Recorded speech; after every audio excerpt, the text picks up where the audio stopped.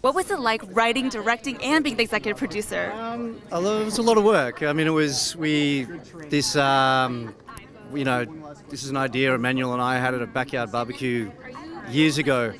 So finally, it's, to find this at a home at Crackle is just so fantastic. I mean, it happened very quickly.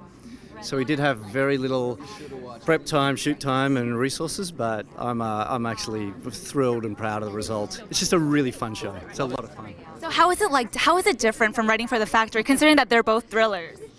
Oh, The Factory's very dark. That's a very different kind of. It's a very different kind of movie. That was a very sort of dark psychological thriller. This is just a sort of real crime, romp. I mean, that's how I describe it. It's just a really fun romp. And also, you're known as a very famous Australian actor. Do you think we'll ever see you in front of the cameras a lot more here in the States as well? I'm not that famous, but I've done a lot of acting. Look, I really love writing and directing. I think I've really kind of found my groove with this, and I think once I kind of, do a little bit more of this, I look forward to getting back and acting again one day. Okay. And can you tell us a little bit about what we can expect from this show? This show is really fast. It's fun.